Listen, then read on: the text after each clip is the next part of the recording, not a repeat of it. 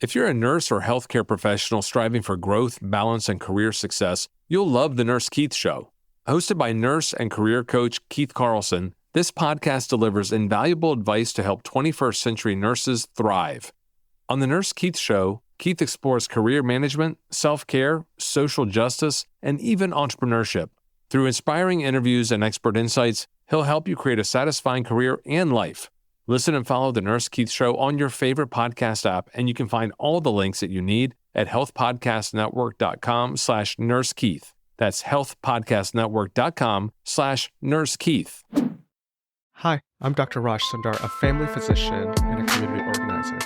You're listening to Healthcare for Humans, the show dedicated to educating you on how to care for culturally diverse communities so you can be a better healer. This is about everything that you wish you knew to really care for the person in front of you, not just a body system. Welcome back to part 2 with Rose today. If you haven't heard part 1, pause here and go back so you can understand how Rose bridges theater and medicine and why quote-unquote Latino as an identity is never enough to understand someone's story. Feels like I'm saying things that are obvious, but worth calling out every time here. Here's what you'll specifically learn in part 2. First, you'll understand how immigration status operates as what Rose calls a psychological damper, limiting access to care, but also altering how patients interact with the healthcare system overall. She'll talk about why patients renew financial assistance every 6 months, almost like a ritual of why deportation fears make diabetes management seem trivial, which makes sense, and how watching ICE take your child changes everything about self-care.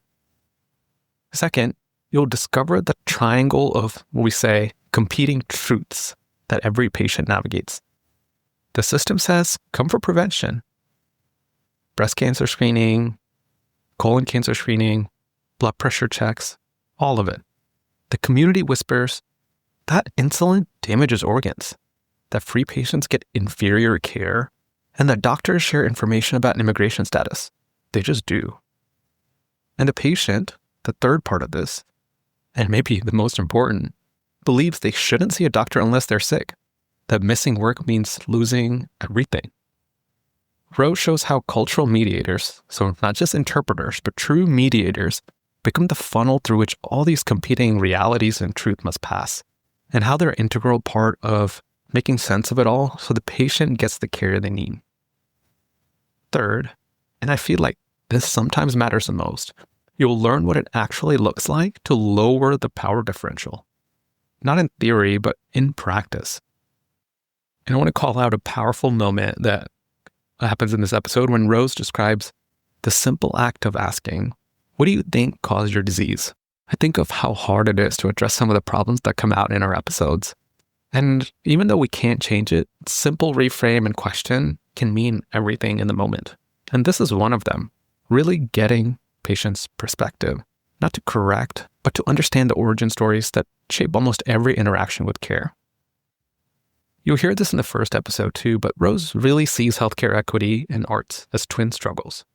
And you, listening to this, your job isn't to remove that weight, it's to see it, name it, and work within it. So things like to ask not did you understand, but what are you actually able to do given the constraints of the life that you're living in? And to recognize that person saying, yes, doctor, might be protecting something more precious than what we think is important, health. Maybe they're protecting their dignity, employment, family, and survival itself. Here's Rose continuing our conversation about the work of healthcare. How does immigration status of the people that you take care of end up informing the care they receive or the care they avoid? I would say for the patient, it's like a big anvil on their head. Every moment of every day, knowing that you're not a legal permanent resident. Doesn't mean you can't work and raise your children. And some people even travel back and forth to Mexico. But there's always that fear of being deported, or that fear of, am I getting a benefit I shouldn't get? Or maybe I shouldn't come to the doctor. They can't get Apple Health. So they can't get food stamps. They can't get cash benefits, even if they're disabled or whatever. If they are not born in the U.S. or become a legal permanent resident. I think there are some refugees that you can get some health care. There's alien emergency medical for very serious disease like cancer or something life-threatening for a limited amount of time. But in general, our patients apply for financial assistance every 6 months. They have to renew it, and we help them as cultural mediators. So the impact and care is when it expires for whatever reason. The patient didn't reapply in time, or they didn't know how to fill out the application, or they didn't have check stubs because they work under the counter, whatever that barrier is. And the financial assistance expires, then they go to the pharmacy and they can't pick up medication. They can't make a follow-up appointment. It puts a damper on the patient wanting to come back, knowing they have to jump through this hoop and say, you know what, I have insurance and I really can't afford it. People often feel like they have to go through this thing every 6 months and apply for financial assistance. We try to make patients feel like, no, this is your right. We believe that's the mission of Harborview. Everyone deserves health care. But I do think it's a psychological damper, as well as paperwork that must be filled out every 6 months, at least in the case of Harborview financial assistance. Otherwise, you can't pick up your medication. Yeah, the theme of empowerment's coming again. I feel like any interaction, we have to continue empowering people. Mm-hmm. Everywhere else, they're getting belittled or made to seem like they can't fully express themselves or make space for themselves because... And the fear is real. I've had patients that have had their children deported right before they get to the door of their home in the parking lot or stopped by ICE, and they're taken away. I had another patient whose son was deported 2 or 3 times, and that impacted her mental health, her depression, didn't make her want to take care of her diabetes. People get deported all the time from their workplace, from getting out of their car.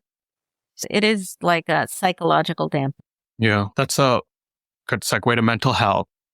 How do we approach mental health in the Spanish-speaking population? The susto, as that sometimes comes up. As different generations are changing, I don't know if that's still part of the language, but translating even depression and anxiety is hard. People are like, what do you mean by that, right? So how do you just approach mental health from understanding it to diagnosing it, communicating it? It all seems hard sometimes. It's so difficult because there is so much stigma in our communities, plural, English-speaking and Spanish-speaking. We encourage people to utilize behavioral health, which is part of primary care. So there'll be a mental health counselor, but there's often a wait list because there's just not enough need. To refer people out to the community, people that don't have insurance, they don't have Medicaid, Apple Health, it'll be really limited where they can go. There's some places in the community that we refer people like Consejo Counseling, but it's not easy. You do have to have an intake, and I'm not sure what their capacity is. I'm on the Latinx Health Board Executive Committee, and we talk about a lot. How can we provide a space for all the women with social isolation, that their work is in their homes or cleaning hotels? They don't have any place to share. I think there's no easy solution. I wish there would be more peer-to-peer sharing of mental health struggles. I interpret when our patients go to the psychiatric emergency department here at Harborview, and we have several lockdown units for people that are very ill. So if a patient has diabetes and goes to that unit, I can visit them there and be their interpreter and participate in groups. But I think the most important thing is to find outpatient follow-up, so where someone can go for sessions over time. It's not going to be something solved in a short amount of time. I think talking about it is good. I know of a group that's happening tomorrow night in Spanish, virtually. There's things out there, but I think it's really hard for our communities to prioritize that. They're prioritizing work and trying to pick up their medicines, and I think hard to prioritize, okay, I want to go talk for half an hour with someone about my feelings. That seems difficult to put in there. But we recognize stress hormones do elevate your blood sugar. So we try to acknowledge people's belief, like in susto, like some people we ask them, what do you think caused your illness? When my mother died, my blood sugar went up. Or when I fell off the ladder, my blood sugar went up. It is true that stress makes it hard to manage diabetes. There's something called diabetes depression, diapression, that affects a lot of people. There's diabetes distress. So I guess in a way, making people know that it is part of wellness and illness. It's something real. It's not just in your head. Yeah, that's a good way to encompass that. And you said diapression. Is that when you become depressed because you got diabetes? And that's why in 3 of our primary care clinics, we have team care focusing on people with comorbidities of diabetes and something else. And a lot is diabetes and depression. Diapression, if you think of it practically, you're trying to manage what you eat. You're told you got to figure out the way to not eat so many carbohydrates and match it to your insulin. It's just like an overload of information. And that makes you want to maybe sit on your couch and not move. And that you're going to raise your blood sugar even more. But there is a quantifiable amount of people that suffer from diabetes and depression, which makes it even harder. It's all about lifestyle, right? And I think it's hard to motivate yourself. When you read about the Spanish-speaking community, the Latino community, Latinx community in Washington, a lot of people talk about values in the community that's different from Western values, American values. Let's start with the family. We'll say la importancia de there's expectation for caregiving amongst the family members, right? You care for your family when you're ill. Let me add to that, whether they live in this country or not. So most of my patients, I remember doing a workshop at Casa Latina, and I said, raise your hand if you came here on vacation. Like nobody. Raise your hand if you came here to work. Everybody. So everyone came to this country to work, pretty much.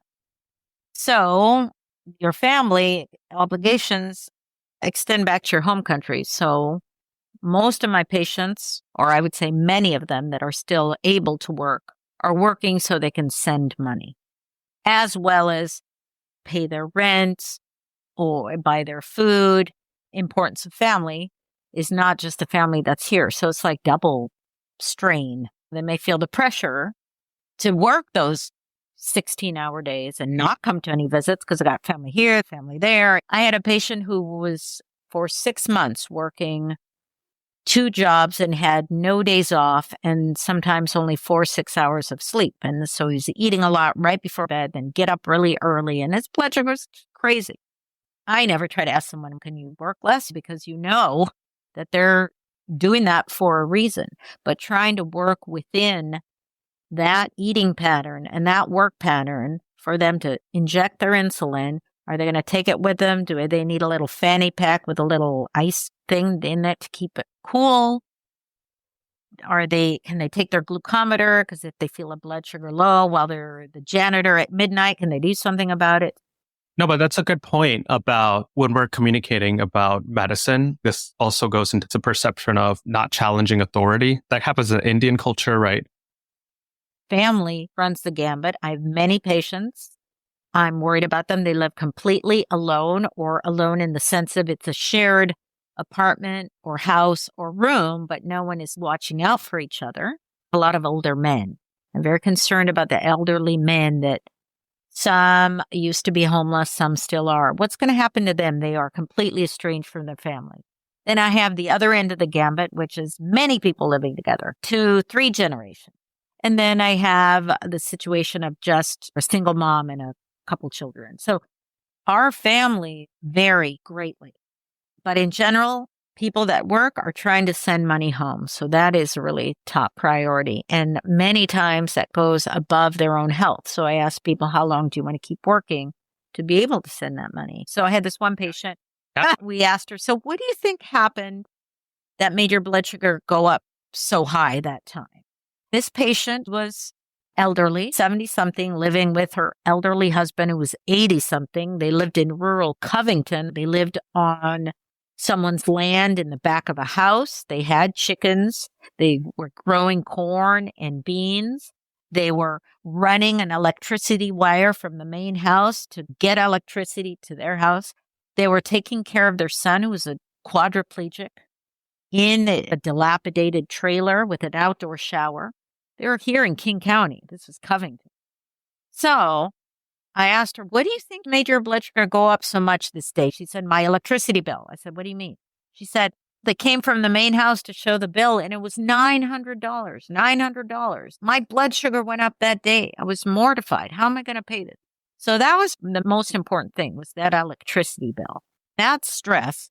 What's important is that we understand that's what she believes, this horrible, stressful event that caused her blood sugar to shoot up for those days.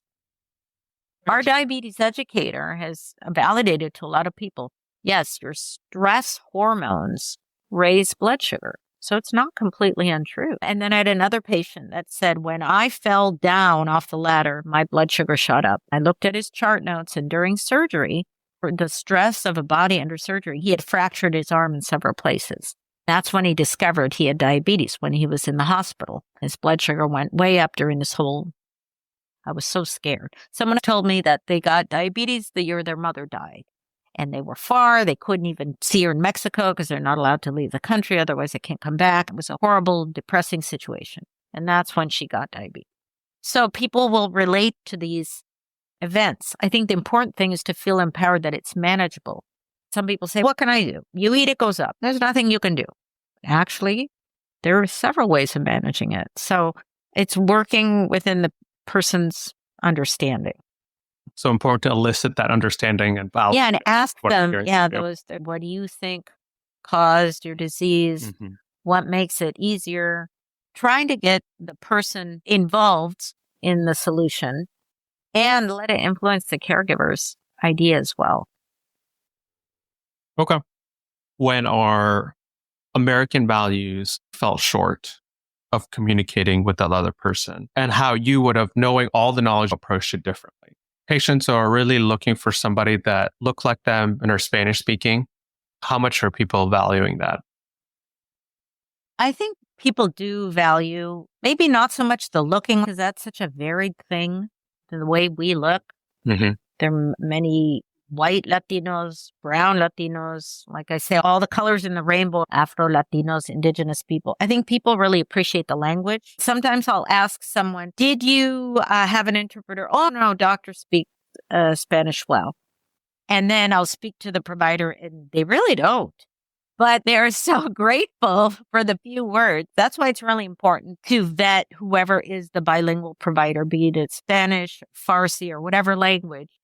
Because the patient often is so grateful for some of the understanding. I think it's really important to have the professional interpretation to get all these nuances. And that's also why it's not advisable to use family members, because they're trying to be a supportive family member, a husband, a wife, a child. Should never use a child. Can you imagine, for so many years, our population used their children to interpret all kinds of things. And just the whole issue of privacy, having that for a women's health visit, that's not a good idea. We're asking, when did things go awry? When a provider, be it a doctor or a pharmacist, asks, how do you take your insulin? Or when do you take your blood? Oh, every day. I remember talking to the patient. He had just told me he hadn't checked in a month, but the provider comes in and he tells the provider, I'm checking every day. I thought you just told me you didn't check it for a month. He said, yeah, but that's what I'm supposed to do.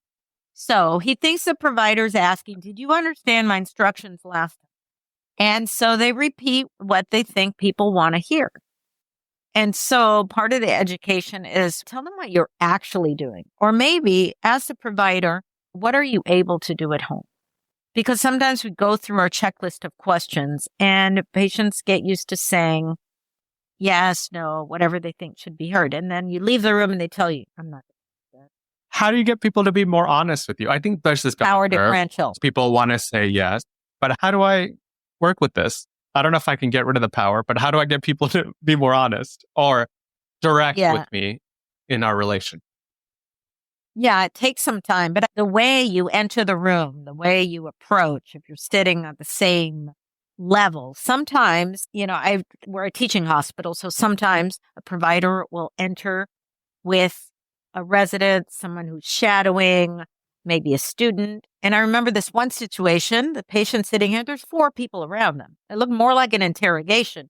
I'm like, can we get some chairs in here and maybe have some people sit? And so trying to do as much as you can to make the interaction less intimidating.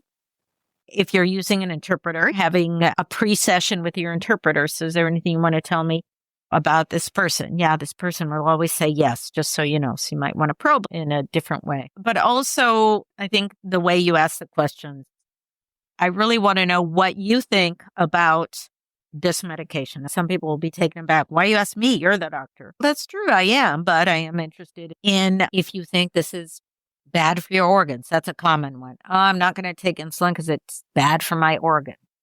And that's what people in the community tell them. They may keep it to themselves, but that's in the back of their mind. Yeah. And I think it's interesting when people are like, why are you asking me? You're the doctor. Some people have told me they won't take it because it's bad for their organs. Do you believe something like that? So this is another, I like doing these graphics. So this is with camera. So I see priorities of the patient. So I feel like as a cultural mediator, we're like the funnel. So you have what the system tells you. The system, which includes hospitals, clinics, primary care, prevention, emergency rooms, specialties, etc. It includes immigration status, public charge. That's everything that the system tells you. Then you have the community beliefs. Oh, medicine was bad for your internal organs. Doctors aren't going to really give us good care because we're not paying. We're free patients. Or they may share our whereabouts with ICE. You have the community saying one thing, the system saying you should go to the doctor once a year and you got to renew your financial aid or whatever. And then you have the patient's beliefs. Why should I go to the doctor if I don't feel sick? No puedo venir a mis citas porque mi jefe se molesta cuando falta. My people whispering to me on the phone, I can't talk because the jefe is around. It's like the boss doesn't get sick. People say, I prefer to go to the emergency room because I work all day and it's open all night. That's the last thing we want to hear as providers. The cultural mediator is like the funnel, and you try to find through all those things, what are the patient's priorities? So then you can begin the conversation of their healthcare plan. If we have the patient, the system, and the community, three things, there's a little tiny overlap. The promotor de salud or the cultural mediator is encompassing these three. That's how I see it. On your personal experience receiving care, when have you experienced a doctor or clinician really see you for who you are and treat you as a person, given your background, understand your context, speaking Peruvian, right? When have you seen a clinician do a great job, his role as interpreter? When have you witnessed that, and what were they doing? In my role as interpreter or in my role as cultural mediator, I can think of one clear example.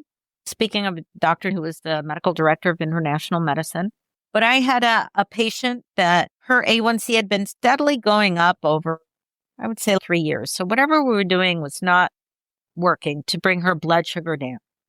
I had lost contact with her and found out that her husband died. She called me one day. I said, how's your husband? I knew he had cancer. Oh, he died, and she was very upset and wanted to start coming back to her own doctor again. So she was going to start paying attention to her own health care and her own diabetes. She comes back to the clinic. The doctor says, how are you? Oh, I'm okay. And I said, let's share with the doctor that you lost your husband a few months ago. She said, okay. And so he spent the 15 minutes of the visit talking about grieving. Didn't talk about her blood sugar. Didn't talk about her diabetes. He said, this is the time that you're grieving. So go ahead and give it that moment of grieving. And each country has their rituals. You might have your rituals, but in every part of the world, people do different things when someone dies. And if you don't do those things, you're not allowing yourself to heal. So go ahead and do those things, whatever it is in your culture, in your family, to let yourself grieve, an important part. That was how he spent the visit. At the end, I'm sure he refilled all her medications and said, we'll see you in a month. But he spent acknowledging that as part of wellness, the grieving, and talked to her about it for the 15 minutes of the visit. How do we prioritize our agenda versus person's agenda? That seems cold and calculated.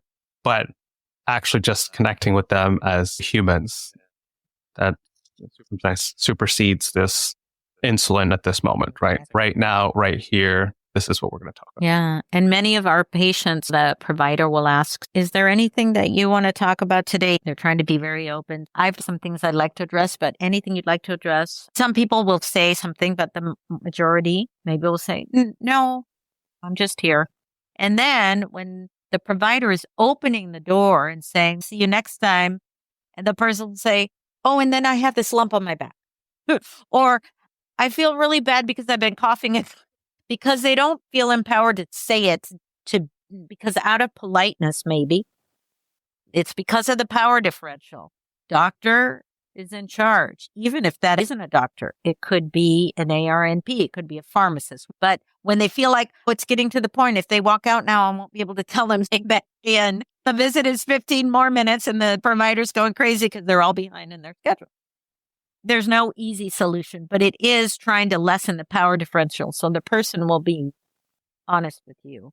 And maybe it's not a problem they wanted to discuss, but is anything worrying you? Or tell me what happened to you in the last week. You have to find the way to try to elicit that trust, but it is about lowering the power differential. So you're both equals, not easy. I'm going to ask this question because this is really hard. It's lowering that power differential. Who has done it? What do they do? Some of it is tone of voice and looking. I always had my pet peeve, the person that is charting and barely looking. And yeah, how can I help you today? And they're like, just a minute, I'm going to find it. And then they'll say, so when did you have that fall? Sometimes a patient will say, isn't it in there? Like the in there is the all-encompassing almighty. What medication does it take? If we're putting all this importance on that, think that 20 years ago before electronic charting, there was a paper chart that you could go to. There was a lot more look at the face of the person, especially in primary care. Trying this to be the primary relationship, then yeah, you got to invest some time in that face to face. Good point. Make that eye contact. The computer doesn't know all from the beginning. Taken as a clinician, I know we all have to chart, do it during the visit, but somehow find that time to at least at the beginning, sit there and make eye contact. Isn't it? It speaks to a system not allowing enough time. Because what we talked about in our Latinx Health Board, the last meeting, was how patients feel rushed. And they say, the doctor only has 15 minutes. I can't talk about this problem. I have to talk about it next time. I can talk about my head today, but my shoulder has to wait for the next. What's hard on the providers? How can you have enough time to be able to chart, which is basically the story? We who chart, I chart too, we're basically honoring story by putting it down on paper, on electronic. Thank you so much. Thanks for joining us today. As always, thank you for listening to Healthcare for Humans. If you've found any value in this podcast, I have two quick requests. One, please leave a review in the podcast app that you're listening to my voice in right now. It really helps others discover the show. Two, share this episode with anyone who you think might benefit from it. For easy access to all our episodes and to support the podcast, visit www.healthcareforhumans.org. There you'll find our content clearly organized by topics, countries, themes, to help you choose what to listen to next. Until next time, this is Dr. Raj Sundar, reminding you that culturally responsive care leads to better patient outcomes. See you again soon.